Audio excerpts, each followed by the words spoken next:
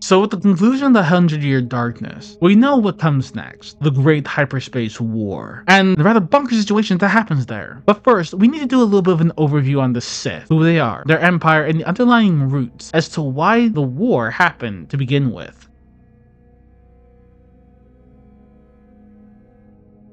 It's strange how time can change things. A name becomes an order and a movement. How a people can vanish, yet their influence remains long after their passing. How the atrocities committed by and against them shape the future to leave a never-ending stain. This is what happened to the Sith, the native inhabitants of the planet Korriban. They were a proud people, a violent species of humanoids that arose from the crimson sands of their world, which gave them a characteristically crimson hue for their skin color, with sharp predatory features all over their bodies, including bone spurs that protruded from underneath their skin at the elbows. Their faces displayed tendrils that hung from high cheekbones, along with cranial horns, pointed teeth, and glowing yellow eyes. The same eyes that Anakin, Palpatine, and those who allowed the dark side to flow through them heavily gained. Though some Sith had the standard hand construction of a human with 5 digits, the Red Sith tend to have 3 fingers on each hand and 3 toes on each foot, while being predominantly left-handed. I can already imagine a few school nuns warming up their rulers already. These are the Sith, as the Dark Jedi Exiles have found them. Sith who, for 100,000 years, had warred amongst each other, slaughtered and destroyed to such an immense amount that it caused the Force itself to respond. The species was blessed, or perhaps cursed would be a better word, with a larger than average number of individuals with the potential to use the Force. It was so high, in fact, that the Sith became the very first recorded instance of what would be considered a Force-sensitive species. And this abundance of Force sensitivity resulted in a symbiotic relationship with the dark side of the Force. A relationship where they derived sustenance from it directly, like vampires to blood, and in turn empowered it further. A perfect species for it, the perfect representative. Or unlike any other group or species that have existed, the Sith did not choose their way of life. Instead, they were chosen by it, for they were the dark side's own children. With this connection, the Sith lived barbaric, hedonistic lifestyles, developing and perfecting techniques thought impossible, such as their sorcery, an arcane expression so vile and dark that was described as the full destructive power of the dark side itself, the strength that came from negative emotions, becoming more powerful and corrupting with each expression. With this great power, the Sith were mighty, but as mentioned before, they had caused great suffering amongst themselves, as the dark side does not unite, instead it forces conflict and death. In the earliest days, the Sith were living in tribal circles, led by one or more of these sorcerers, who were responsible for their safety and protection. It led to a state of never-ending war that only grew more intense as nations grew, civilizations somehow rising in the minefield of such depravity. Sadly for the Sith, this was the natural way of things, and even on par with peace and serenity for them,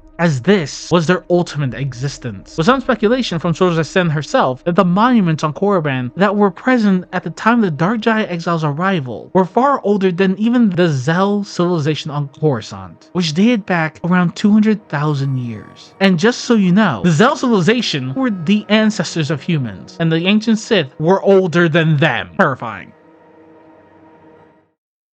Yet I can only imagine if you were asking, okay, if the Sith were so insane that basically were in constant civil wars for hundreds of millennia, how did they survive long enough for the Dark Jedi Exiles to arrive? To which case, I must say, that's a very good question, because the Red Sith were nothing compared to the Sith that we know them today. Instead of each individual looking out for themselves and trying to gain power, which as we've seen with various Sith empires since the Great Hyperspace War would be the downfall of their civilization, the Ancient Sith had a very strict hierarchy. They utilized both a rigid caste system and a stratified rank structure to put their subjects into their proper places. Each caste was also sometimes referred to as a subspecies within the Sith, which I have to admit is actually pretty smart, as it kept caste members from believing their skills were applicable outside their caste. And of course, such a structure enforced selective breeding to ensure that those traits remained trapped within said caste, rather than being spread out. It had reached the point within Sith society by the time of the Dark Jedi Exiles' arrival that there were 4 main castes, with 2 additional ones that appeared after the Dark Jedi Exiles began interbreeding with the Red Sith. These castes were the Zuguru, the second highest caste in the Sith's traditional system. They served as the engineers, being responsible for the construction of burial mounds, battleships, droids, and the maintenance of such technology as well. They would be among the cast the most influenced by Shores' Sen, as she would be the one who redirected them to creating battleships to support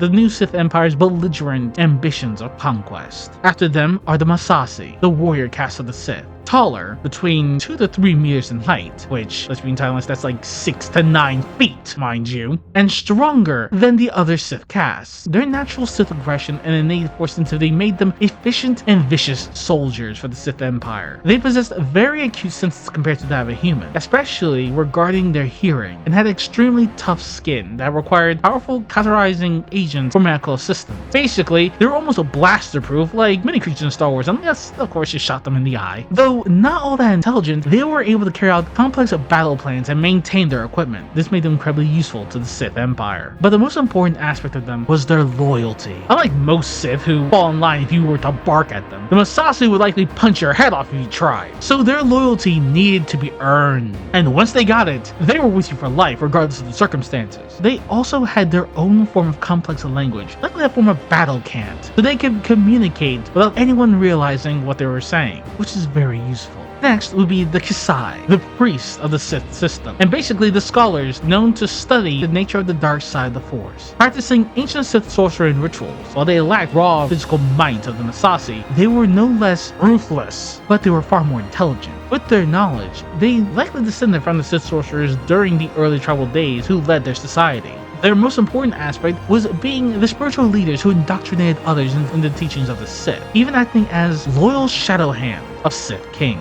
Then we come to the slaves, which basically is not a caste in and of itself, but still holds an important position within Sith social order. They were made up of various species ranging from humans to Force knows what. Whoever or wherever they could get their hands on would be slaves. The last two castes, as I stated, came about after the interbreeding of the Dark Jedi Exiles with the Red Sith. But they were more akin to the slave caste than others, given that there was a large degree of flexibility when it came to membership. The first and most important of the castes are the Dark Jedi and the Sith Lords themselves, the absolute pinnacle of the Empire, the ruling class. They held all authority and power, something seen in every Sith Empire built throughout history. This unending consolidation of power ensured that no other caste is capable of overthrowing them and taking control of the Empire. Each Sith Lord is propped up by a power base, composed of apprentices, followers, warriors, and slaves, with the most powerful of them having whole planets under their command that can be utilized. But as a result, this made outright murder be seen as a violation during the time of the Sith Empire that was formed by the Dark Jedi Exiles. Instead, they created a right to ensure a structured form of combat, so that when two Sith Lords clashed, it wouldn't annihilate the rest of the Empire by drawing in alliances. This right was known as the Kagath. I declare a Kagath, a contest of mutual annihilation, pitting power base against power base, which was one part duel, one part large-scale chess match, pitting Sith against Sith unto humiliation and death, with the loser being wiped from all recorded history, a fate worse than death for a Sith Lord. The second caste were the Sith Spawn. Again, more akin to the slave caste and the Sith Lord caste. The Sith Spawn were creatures altered by Sith alchemy. They were genetically engineered using the dark side to provide traits that would be considered advantageous. Often Sith Spawn were more brutal, more cunning, and sometimes even more intelligent than the base species that they originated from. They acted more like cannon fodder to support the more valuable Massassi soldiers, and were an inexhaustible source of troops, which stood in stark contrast to the original creation of the Dark Jedi for one key reason: they could reproduce naturally. After everything we've gone over so far, one can come to the conclusion that the Sith had an extensive knowledge of the dark side even before the Exiles arrived, right? I mean, it's a logical conclusion, correct?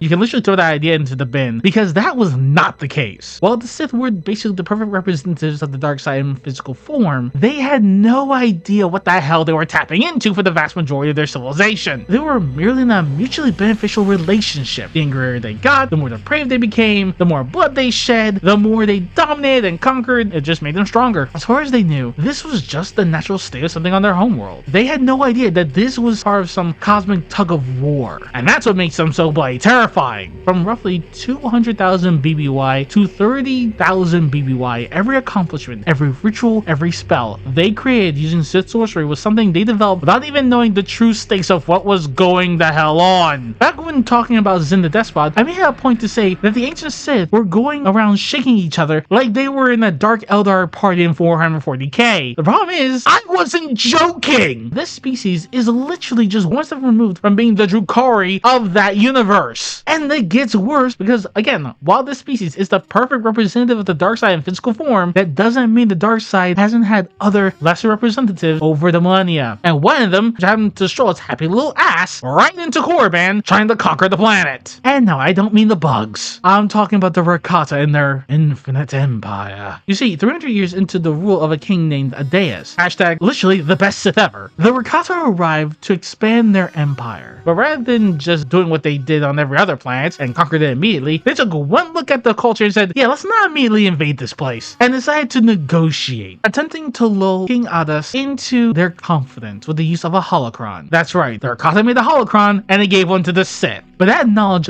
backfired tremendously, because Adus took this new knowledge and created his own holocron as a testament to his accomplishments. The Rakata saw that their plan wasn't working and decided, fuck it, we ball. Then launched a full-scale invasion. And now, let me just impress upon you how bad this is, okay? The Rakata are like the Sith, but are on lesser steroids, okay? They were thousands of years more advanced than them, thousands of years more knowledgeable than them, had the advantages of an entire Force-sensitive empire, had ruled for thousands of years, and the invasion went basically as bad as Boba Fett trying to shoot Luke!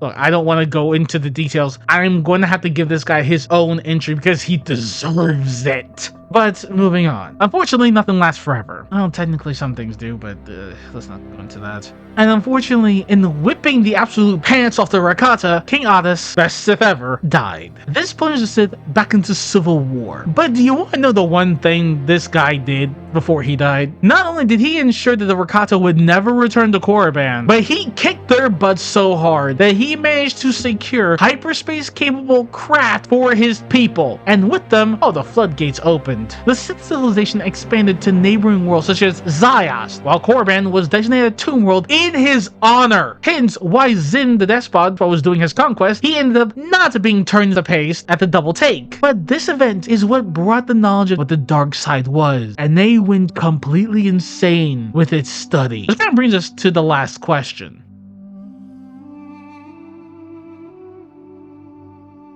In this entry, we have detailed how the Ancient Sith acted, how their innate connection to the dark side drove them, how violent and war-prone they were, how violence and war were equals of peace and serenity to them during those days. Even long before the 100-Year Darkness, rumors of a Sith Empire were out there in the galaxy. The Republic and the Jedi deemed them little more than just that, rumors. The Great Hyperspace War proved them wrong. If we are to give an answer to this question, yes, the Great Hyperspace War was inevitable. If it wasn't for Naga Sadow, then some other Sith Lord would have attempted to challenge the Republic and the Jedi, but a mere fact that true peace was never the natural state of the Sith Empire. And that's what the golden age of the Sith was. Peaceful. For the first time. It rattled the nerves of the Sith. Those who sought vengeance for their ancestors' defeat were also a factor that could not be ignored, but also the idea of power and wealth that could be provided by conquering the Republic. Those too tempting. Their hubris, their desires, would overwhelm them eventually, and that would have caused the same results that we see in the Great Hyperspace War. For stagnation and stability are not the ways of the dark side. They're not survival traits. All they do is weaken in the eyes of those who are the truest representatives of the dark side of the Force in physical form. And so they marched to war, marched to death, marched into the never-ending struggle between themselves and the Jedi. And despite what happened, if they were given the choice, they would choose it all over again.